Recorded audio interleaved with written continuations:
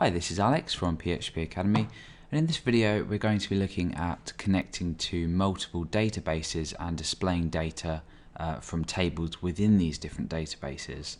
Now you can see in my browser at the moment I've got two unordered lists. One of them is displaying 4 names and one of them is displaying 4 locations. Now in my tabs up here I've got a names database open with a names table inside and the 4 names you've seen, and in another tab I've got another database open with obviously another table within that and 4 different cities. So we need to establish how we're going to connect to 2 different databases at the same time, because we'd usually use the MySQL connect function just once, then we'd use the MySQL select DB function to select a database, and obviously we can't keep going through our page switching databases because it's obviously extremely inefficient to do so. So why might we want to connect to multiple databases? Well, for example, if you have a main site and then in addition to that you have a guest book or you have a forum and you want to integrate data from the 2 databases, so for example, if you had a forum and on your main website you wanted to display, let's say, the most popular forum topics or the most recent forum topics or the most recently registered member, for example on a PHP BB forum you might want to integrate the data, then you need a way to first of all connect to a database for your main website and retrieve data from that and have the operation as you would, and secondly you need to then connect to the PHP BB database for example and display data from that. So I'm going to show you the long way around doing this, and the example that I've seen floating around the internet on a few forums and a few tutorials, which is actually not a great way to do it, but it's good to learn it anyway. And then I'm going to show you a second example which is extremely easier and a lot more efficient as well. Okay, so we're going to head over to the text editor in just a moment and we'll start writing out the code for the first method of doing this. Okay, so we're over in our text editor, and we've got an index.php file and a connect.php file. So connect is where we're going to be connecting to our database, and then index.php is where we're going to be displaying some of this data. So you can see that in my browser tabs I've still got the names database open with a names table, same with the cities as well, and obviously we've got nothing in the browser window because we don't have any code yet. Okay, so usually when we go ahead and connect to a MySQL database we would use the MySQL connect function and would give this 3 parameters. So the first parameter would be the server that we're connecting to, in this case it's localhost, and then the username and then the password, and because I'm working on a local server I don't have a password here, and we would usually set up some kind of or die MySQL error just in case the connection fails for any reason. Then what we would do is we would go ahead and use MySQL select _DB and we would choose a database. So in the case of what we have at the moment we might choose names _DB. So names _DB, and again we can say or die MySQL error. Okay, so what we want to do is from index.php we want to include this connect.php file or require it into our script. Require since if we don't have access to this file we want to error and not execute any more code. So this connect.php file you can see is in the core directory within this root directory, so it's core/connect.php. Now assuming that we've successfully connected to our MySQL server and successfully selected this database, we shouldn't have any errors appear on this page. So when I go ahead and refresh you can see that there's no errors. So how do we go about connecting to both of our databases? Now obviously inside of index.php we could now go query equals MySQL query, and inside we could go select, let's say, where have we connected to? We've connected to the names database, so we could say select name from names, and then we could use a while loop. And this here doesn't equal false, just means while this condition here doesn't equal false. So while row equals MySQL fetch associative array from the query. This is probably syntax that you've seen before, but we're essentially just looping through all the results from this query. So we're retrieving every name in the order they appear in the database. And then we're going to say echo row name. And finally, we're just going to make a few modifications to this. I'm going to create it inside an unordered list, so UL up here, and then down here we end the UL. And we'll indent this for readability. And then what we'll do is we'll add the list,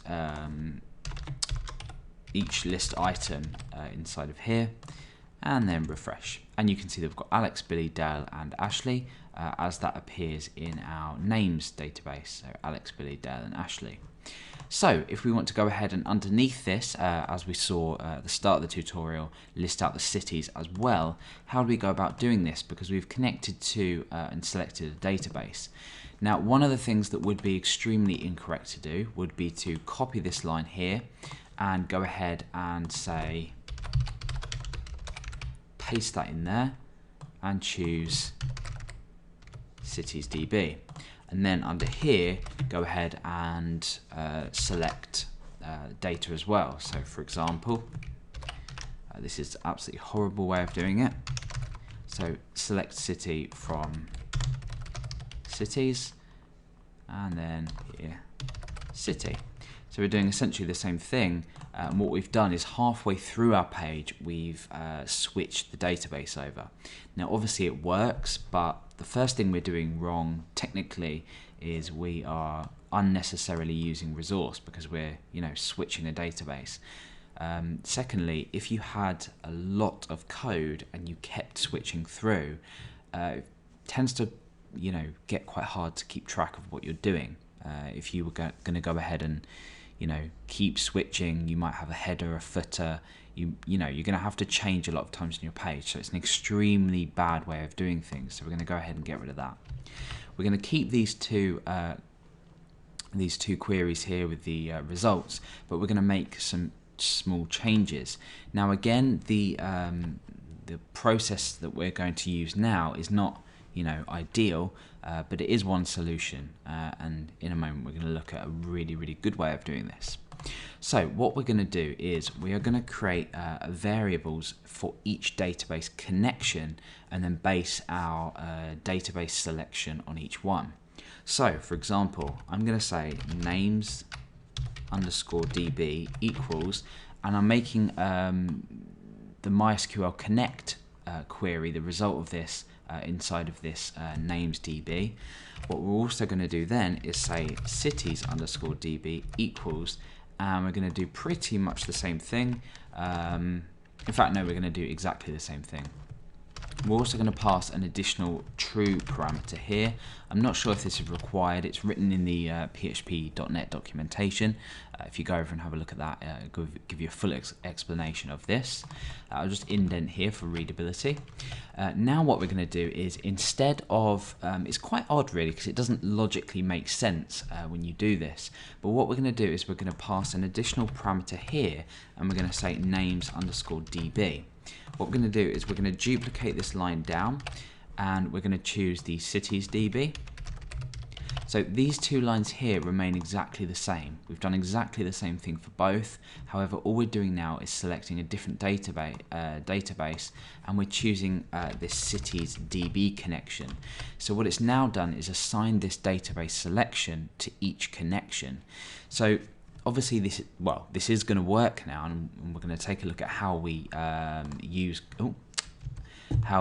queries based on these different connections. However, you can see that we're sort of duplicating code here, which is in programming an extremely bad practice to duplicate any code.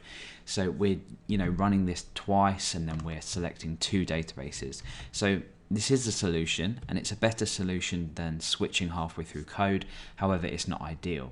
So let's go over to index.php. So name, we want to utilize the names database connection. So we provide an additional parameter to the MySQL query, and we say names_db. And then we obviously do the same thing for here, but we choose cities_db. Okay, so now what we can do is when we refresh, it's the same. Okay, so we've got exactly the same result. We've just connected to two different databases, and we've not switched halfway through. So if, for example, you wanted to go ahead and display this out again later down in your page, you can do so without having to switch back the connection. Okay, so this is all well and good. We've found a better way to do this. However, there is an even better way. So I'm gonna get rid of this here. In fact, let's just start again. We might as well. And I'm going to get rid of this. I'm going to keep the MySQL connect. Just that. Okay, that's all I'm going to keep. I'm not using the MySQL select DB function. I'm also going to go ahead and get rid of true there. So I've connected my MySQL server, and that's it. I haven't selected a database at all yet. I'm going to select a database from my query. Okay, so let's go ahead and refresh the page. We've got a successful connection. We haven't seen any errors. Now I want to go ahead and perform a query. So I'm going to structure my query like this. Inside, I'm going to say select name from. Now normally we would say names, okay, because that's the name of our table. However, we don't have a database selected, so how does it know where this table is? It doesn't know, it can't work out, MySQL can't work out that this names table is within names.db. So what I want to do is here I want to specify something dot names, which is names_db. Okay, so now if we perform a while loop, and in here we say make row equal to fetching an associative array of our results, and then we say echo out, for the sake of time I'm just going to echo out row name, and then I'm just going to do a line break. When we come in here and refresh, you can see that we've selected from a specific table. Now if we go ahead and we copy this and we come down and we paste that down there, but this time we want to select city from cities_db dot cities. So select the field from the database table. That's a good way of thinking about it. And then obviously we want to change that data there. When we go ahead and refresh, you can see that we've got the 4 cities just below the names.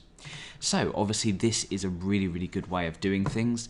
You could perhaps store these values here in variables in your in some kind of initialization script or setting script, which would be extremely useful. But that's it for now. We've looked at an awful way of doing it, a slightly better way of doing it, and probably the best way of doing it in terms of selecting multiple database tables or multiple databases.